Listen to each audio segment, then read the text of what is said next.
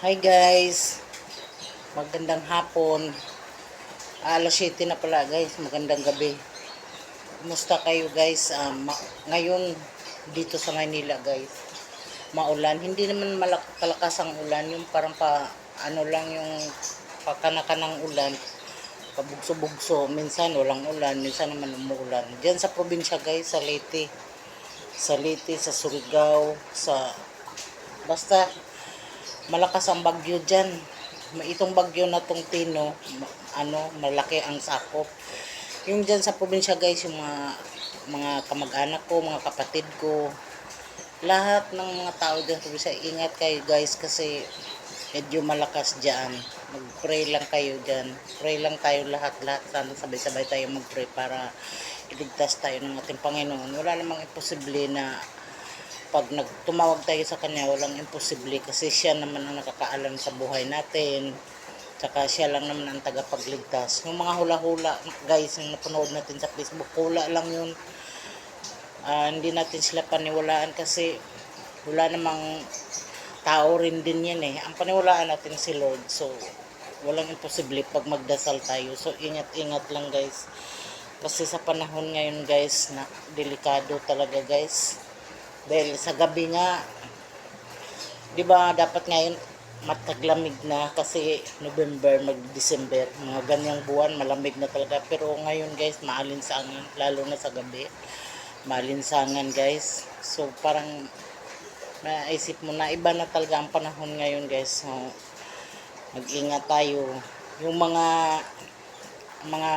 ano natin, yung mga masamang na kinakasama natin ng loob, yung mga kamag-anak natin, kapatid, alisin na natin yung mga galit-galit kasi life is too short, 'di ba?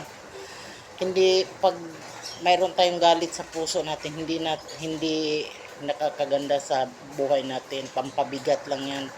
So kailangan alisin natin na ang galit kasi mahirap na. Kailangan tayo talaga sa panahon ngayon na magmahalan, kung sino yung may sama ng loob, alisin na. Wala nang pataasan ng pride dahil yung pride na yan, pagsamantala lang. Wala na yung pride. Lalo na ako, yung kapatid ko na medyo may galit sa akin. Ako wala na akong galit sa kanya. Inalis ko na yan.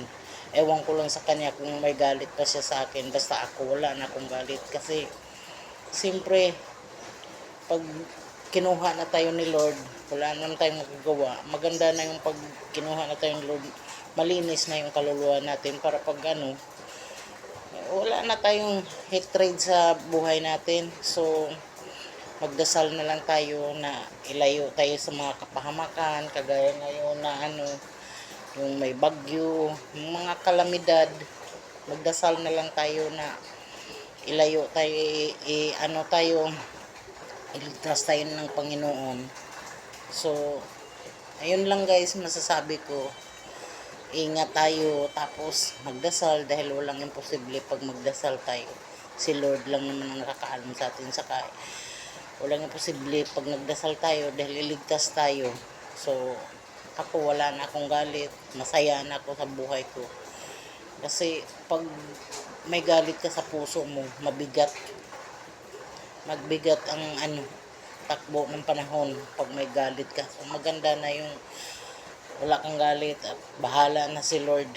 Basta ako wala na akong galit, nagdadasal na lang ako. Pinagdadasal ko na lang yung taong naggalit sa akin. So yun lang guys. Salamat.